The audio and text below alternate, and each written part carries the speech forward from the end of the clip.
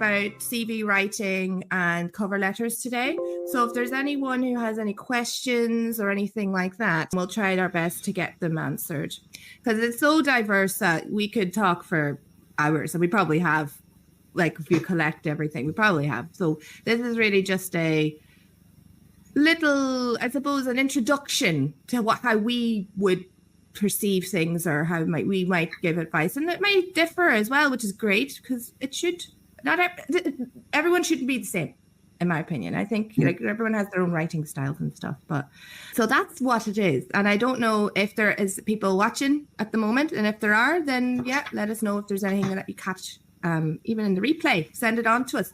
You were mentioning to me that you were on a talk, or you were on a webinar or something last night. Was it about CV writing, or you heard it through the grapevine about different things? Was it? Yeah, well, do you know what it was? I have somebody that I do some work with in the UK, and obviously we're based in Ireland, so naturally the first port of call, most of the people that I work with are based in Ireland, and my last couple of clients have been certainly very much in the Irish space and in a completely different sector to the person that I was speaking with yesterday. And then I was dealing with somebody who had spent a lot of time in America prior to that. So I was kind of a little bit out of a loop on quite what was happening in the UK market at the moment. And I was... I've done a kind of fairly substantial CV for this colleague over the summer, and they came back to me and they said, Ger, I want to kind of refine the CV and go one way. I want to put together a CV for one particular aspect of my sector, and then another kind of tweak it a little bit and aim at have a second document and look at another way. And so I said, right, okay, we'll have a look at that. And I logged onto LinkedIn yesterday morning, and there happened to be a LinkedIn live session by a lady called Claire Cathcart, who I follow on LinkedIn, very much a HR expert, and she had a talent acquisition person on from, and I can't remember the name of the person actually, but they were talking about the general kind of state of things in the UK at the moment, and there was a couple of different kind of takeaways that I got from it. And I suppose, in the UK at the moment, the market is very, very, it's a bit strange at the moment. Like, they're expecting, normally people in talent acquisition, recruitment are expecting to be really busy around this time of the year. Apparently it's dead. There's, a couple of reasons for that. A lot of people, a lot of roles, a lot of actually talent acquisition and recruiting roles aren't being filled. Therefore, roles that the TA specialists and stuff like that are recruiting for, therefore aren't being filled either.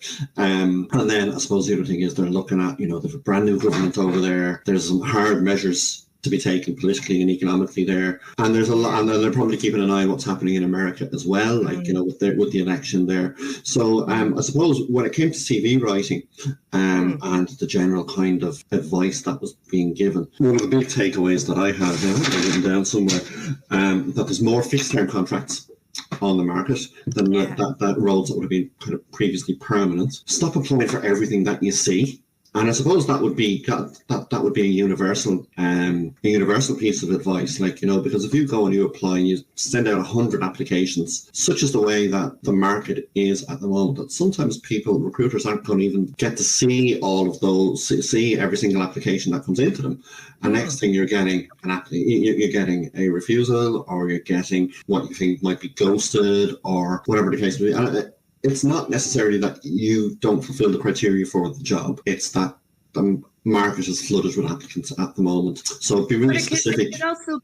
But it could also be if people are sending their CV to multiple jobs, like you're saying, but they're not tailoring it. And that's the important thing. It's just like they're thinking, we'll bang it on to these roles. These they sound similar, but actually they're not really, or they're completely different from their industry. And they're not tailoring it, as in, changing the profile, mainly the profile and the skills, in my opinion, because they're the top bit, and then obviously the experience a little bit. But it's demoralizing for the job seeker to get those rejection emails or not get replies because they be confident in the CV that you have, but if you're not tailoring it, it's kind of like doing this. It's what's that word? What's that thing where, you know, you do the same thing over and over again and expect a different result. Oh, yeah. The definition of madness, isn't it? Or something. Yeah. Right. Also, as well, the fact that there could be a load of applicants because of that. And so your role, you actually might have the CV they're looking for, but it's getting lost in that pile. And that's unfortunate too. Yeah, you know? it is unfortunate, like, you know, and so I suppose the message there was really target the role that you're really genuinely interested in and would love to go for, you know, tailor your CV accordingly and your chances of success. It seems a bit counterintuitive, but your chances of success are elevated a little bit. Now, against that, people have bills to pay, you know, and if you think, you know, at the end of the day, I can see how people fall into sending out loads and loads and loads of applications because they reach a point where some work, any work, is going to do for them. And they think, well, I could do that role in my sleep 5 years ago. So of course I'm going to be a top applicant and stuff like that. And then next of all, just this vicious cycle and stuff like that. Like, you know, but there is, I would caution a degree of practicality there as well. Like, you know, yes, you know, we all have bills to pay. So you got to try, even if it's for an interim kind of role, and there's nothing wrong with going for one of these kind of interim or temping or whatever else the case may be. But, you know, for the job that you really want, just target it that little bit. And I suppose that's a little bit, that's what we're going to be speaking about this morning, like, you know, how to kind of go about building your CV so that it reflects the best of you and in such a way that you are able to kind of tailor it and target it a little bit more effectively. Yeah, but no, like in relation to the target, and this is sort of, you know, flowing in with what we're saying, like we've both had, everyone's probably had people who would like more than one CV for different things, and that's no problem. But have you ever, I mean, I've had a time where a client is looking for 2 CVs or different CVs for different industries that are not related, and it's very difficult to get into because their skill set doesn't align. I think with that, just, you know, with like what you can share as well, I'm not really going to go into how I did it or anything, because that's really not sort of the this episode, but it's more with that, you really do have to look into whether you need to upskill yourself to be able to hit the points of a different, especially if it's a different industry that is such a breakaway. Like there are a lot of jobs that are very similar, and that's no problem to change it then. You know, you just change a little skill set here and there. You might change the profile because your experience might have a lot of that elements to help with building it. But I think realistic thinking is important when job seeking, and having also, I feel 20, I'm not saying people have 20, but having like 20 CVs is not beneficial to anyone, because one, you lose which ones you actually do like, which ones worked for you, which ones don't. So if you are going to have multiple CVs, have one major document with all the information in it, and then take out information you don't want, and then you save that, and that's a new CV. You don't have to go major with rewriting the entire thing. That's what I'm gonna, just with regards to targeting areas. I don't know if that's a similar vein that you have, but that's how I would look at it, you know. Like what I do with almost all of the CV projects that I embark on, and I think we spoke about this in the first episode, like, you know, I would go through, I would send people a questionnaire, a really detailed questionnaire on pretty much every aspect of their career. And I'll go away and I'll ask them to fill it out in detail. And I'll kind of have phrased questions in such a way that I'm getting the information that we need that's the most appropriate for the CV. And, you know, sometimes people have heard it being referred to like as a sunshine file or a backstage CV or, you know, a master document. And it's a cheap, nasty, ugly document that you have somewhere on your on your PC. And then you can put it in. You can take what I would do, or what you at home can do, is take that information out as required and put it into the CV and tailor your document that way. Like, you know, make sure that you're hitting on points that are required, the points that are pointed out as being necessary in the job description that you've read. And that's really important. Reading that job description and analysing that down to see, well, hold on, what do I have here? Like, you know, and do you think, if you saw a job description, a job advertised tomorrow, Lorraine, that there was 10 criteria and you only met 7, would you apply to that role? I would. You would, yeah. I would apply. I would, yeah. Because even if I only had one thing, if you can say, you know, if you can really tell the story as to how you can learn whatever they're asking for, you know, Yeah, I suppose sometimes people can kind of look at a job description or a job ad, and they get a little bit put off, maybe saying, "Oh, I don't have everything here," like, maybe I'm not going to apply. Or sometimes they might be a little bit put off by the language, and it sounds a little bit too technical, and I don't have this and I don't have that, and it doesn't sound like, I have to say that an awful lot of job descriptions, I think companies are getting better at it, an awful lot of job descriptions in the first place aren't written very well. And so, there's always, I'm not saying, apply to become an airline pilot if you can't drive a car, but at the same time, you'd be surprised if you kind of put down if you go through that sunshine file that I talk about, and maybe talk about it with somebody else, talk about it with somebody like myself or yourself, or a trusted mentor or somebody like that, you will find that, actually, well, hold on, you have more skills and more transferable skills that might make you a good candidate for that role than you think about. Sometimes job descriptions are just kind of copied and pasted, from the last time they hired from the role, and the role has actually evolved, and there's a new hiring manager, and what they actually have in their mind versus what's gone out to market are two different things altogether. So, if there's one big takeaway today, and I think that's probably the first big takeaway that we have from today, is don't be afraid to apply to a role if you think that you may in some way be qualified for it. Yeah, because it's very rare that people are unicorns. And I know that it's very rare that you hit on every single thing in a job description. Yeah. Unless it's very, very straightforward, good communication skills, all that stuff. Unless it's very straightforward with it, perhaps. But I mean, the more detailed descriptions, it's very difficult to hit on every single point. And if you do, then that person is like, okay, all right, then let's bring them to an interview type thing. But there's no guarantee either that you get an interview, even if you hit all the points. And you know what sometimes happens as well, that sometimes a hiring manager doesn't, in their head, they don't need somebody to, if they see what looks like the perfect finished article in a candidate, they might kind of go, oh yeah, but are they going to stay with us if they get the job? Sometimes they're quite happy to go and interview somebody who, CV has come in, and they know they don't have every single skill or every single, achievement or metric in their CV that, you might want for the role, but they can see that they've got potential.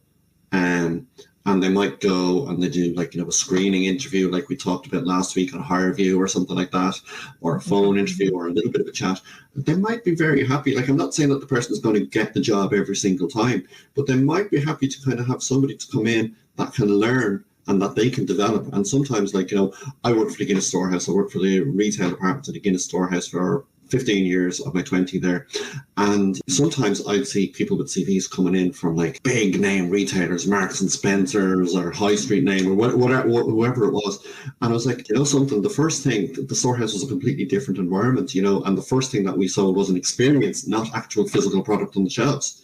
And sometimes I'd be like, well, do you know something? I don't particularly need somebody who's with all these retail skills, because they might not have the actual people skills that I'm looking for. It was the people skills I was looking for first. So you want to be able to sometimes bring somebody in that can learn your culture and is coachable and teachable on the job. Well, that's it too. I mean, with CV writing, and we'll I know we're talking about just targeting the thing, but it is actually, if you listen, we're giving you little hints here and there on how to structure it as well, in a way, adding in the fact that, or as the other thing, the cover letter, which we will talk about a bit more. I feel there's a bit of controversy with that. But, things that you can't necessarily explicitly explain in a CV, you could in a cover letter. Look, it's all in knack. We've been doing this for years. We're not saying that you're going to, if you're doing it yourself, you're going to be an expert, but it's more that's where you can use that document to tell a bit more of how you might relate to the role and why, you're shifting careers, for example, or other things, anything. So it's sort of don't be afraid to send your CV into something that you may feel that you're not qualified for, but you don't know that because, as you said, Jer, they may be looking for other things outside of that job description as well. So just keep an eye on that, because that's the thing I always say is when you're writing your CV, always look at what value adding and non-value adding to you at that moment, because things that were maybe way back might not be necessary for you now, but it could be in the future. You don't know. And then always look at what else you can bring to that role. Extra bits, extra things, like other responsibilities or other opportunities that you did to gain extra skills.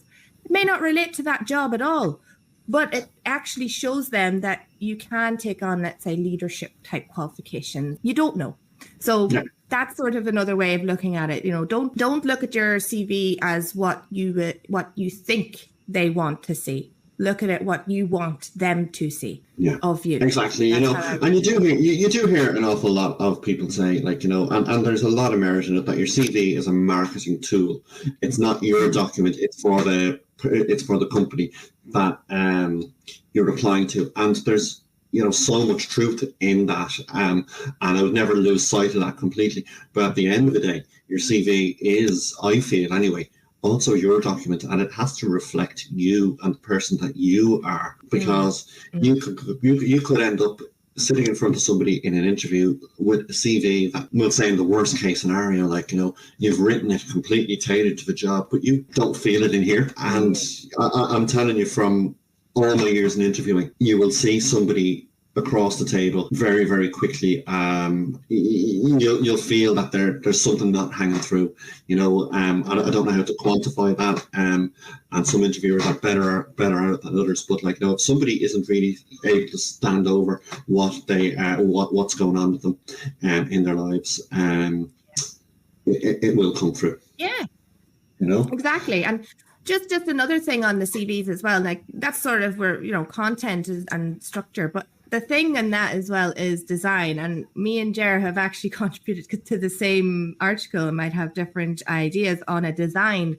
And by design, I'm referring to how it looks, not necessarily the structure and layout of where your information is, but more so graphical CVs, images, that type of stuff. For me with design, I'm more of a focus on the content, because the content is what is marketing you, as we just said, there's positioning you, marketing you, all of that. So when you're writing your CV, you can have some design elements in it, but keep it up to a minimum, because this is my opinion now, because it'll draw the attention away from what your achievements are, and, you know, it'll be focusing on the design of it. I think that graphical CVs are a bit over the top and unnecessary for certain sectors. Some sectors, some professionals, it might be best to maybe showcase their graphical elements, like, for example, graphic designers and things, and creatives, maybe, you know, art actors and writers and journalists and things. But if you're just going for a normal job, like as in like a office job, you don't necessarily, to me, I don't think you need the graphical elements. Now, if you can combine the content that's written with graphical elements and still keep it to 2 pages, that's fine with me, in my opinion. It's also your document, you know, but content is king for me anyway, more so than design.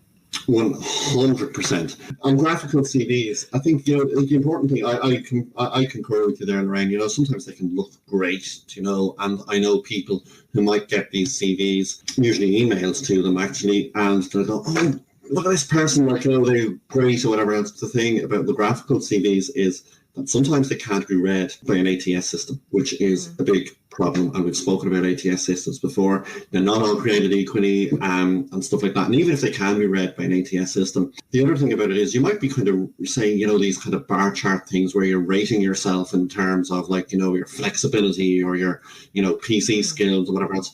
Well, you're rating yourself, like, you know, where is that rating? It's not reflected in the content. Yeah, it's not reflected in where you gained that skill. Yeah. So where is your verifiable evidence that you have this skill to this level? Because you just sticking down, you know, you might as well be drawing a picture of Tom and Jerry, like. Look, you know, to your point, Lorraine, there are certain sectors where, you know, those graphical CVs are, you know, they're appropriate and they're important. And I know in some countries, in mainland Europe in particular, that, you know, the photograph on the CV is an expectation. There's so many reasons not to go down that road as well, like, you know. But yeah, that's so it's content all the way for me. me. Yeah, content, and also like as I was saying, I do put in a little design in that I might add a color banner, like a color header, footer thing. I used to add in logos of companies because that's what they would like. They kind of wanted something added. I may have I don't use the same font all the time. I use maybe a different font for the heading, and then the body is something else, you know, for the sections. That's just how I kind of, because it can draw them then to that section rather than, you know what I mean? Like it's not, but it's all consistent. This is the thing. As long as it's consistent, it's not in any way hindering anything. You know, font, you know, even if it's a heading, like a heading, I might put a color in there, depending on what I'm using. But it's little subtle things that I do design-wise. I don't do graphical, as I said, but subtle design, yes, but not over the top, because you'll find that actually you aren't a fan of it either, maybe. You know, and you're just thinking it's the best way. Yeah, because people have come to me loads of times and said, "Oh, look, you know, I've seen this CV. Can you use this template?" I'm like, no. Because, you know, and, you know, on one occasion it was a blank, and like, you know, I said no, and I explained why, and the person went off and found somebody else. And that's perfectly fine. But I think as CV writers, we have to be able to stand over what we produce for people. And it's not in our interest or in the client's interest to go against what our best advice is. And at the end of the day, you're paying for a professional to go and to give me advice and to do a certain job. It's usually best to kind of take that advice. Yeah, like, I mean, I use certain formats, and I kind of, they're actually very much the same, but they're subtly different. So they do, like, even just font style. I don't use the same font. I use certain font styles for certain CVs and certain levels and things like that. Again, that's fine. You don't have to stay the bog standard. It's not Times New Roman. Let's just get that out of there now. Please do not use Times New Roman. No. If you want that type of look, Cambria is the closest and more kind of up-to-date font style. But again, I'll not go into the whole thing, but like, that's just, please don't use Times New Roman or Comic Sans. Don't use that on your CV either, please. There's something about Comic Sans that I just don't know. What would you use, Lorraine? What would you recommend? Oh, I would use Cambria, and I would use Book Antiqua or something, because they're very much a kind of not old fashioned, but like Cambria is that conservative font, and then the Book, and I think it's Antique Book, whatever it is, Book Antique. Yeah, I know what you're talking about. Yeah. And but it has little curls. It's like almost like a script. It almost looks like a script. But it's very clear still. Like, that's the thing. And then for headings, I tend to use Californian FB, because again, it's just, it adds like, there's a little like script in there. I use, depends again, then I might use Calibri for more rounded fonts, which actually a lot more, I use that more for that kind of bouncy creative type CVs, marketing and things like that, because it's more bouncy. Yeah. And Arial as well can be used because it's again more rounded fonts. So those would be the key ones that I would use. It seems like a lot. I don't use it all of them in one document. I use them for one specific type of design that I'm doing or whatever. Do you know what I mean? And sometimes it might just be all the same as well. Maybe I might not change the heading and stuff, you know. What about you? Yeah, I'm pretty much, Arial would be my go-to. A little bit of Calibri as well. And I am testing out the new, the new font Microsoft have brought out, Aptos. So, like, you know, and again, they're kind of, for similar reasons, they're kind of very clear, easy to read, easy to space out, nice and rounded. And I did root out an old CV of mine from about 20 odd years ago, and there it was lovely Times New Roman, and everything was all tiny together because the Vogue at the time was very much to have everything on one page and stuff like that. And I was there with the microscope, like, you know, kind of going, how in the name of God did I ever get this job? Because, so it's all about really making things visible and easy to read for people, you know, without being too fluffy or, you know, you can personalize it in very many different ways, like, you know, but you're making it as easy and accessible as possible for somebody to read. Like, I have had people like you know, with coming back to me with a design that they would like me to use. I would say, well, I'm going to write this in the design that I'm going to write it in. If you're able to put the information into that design, no problem. as in if you want to transfer what I'm writing into that design and you can send it back and then review to see if it looks okay, that's fine. We're not saying you have, I'm not saying you have to follow the rule of the design, but it's more we're positioning it the best that we know for you. So if you want to tweet, like add it, if you want to add in images, that's fine, as long as it doesn't impact content to a degree, or that you're not sacrificing the content. You can add in subtle things, but do not overload it. But do not overload it with you know, I had a CV where a load of things were bolded, and like, oh, definitely don't bold anything in your CV, in my opinion. No.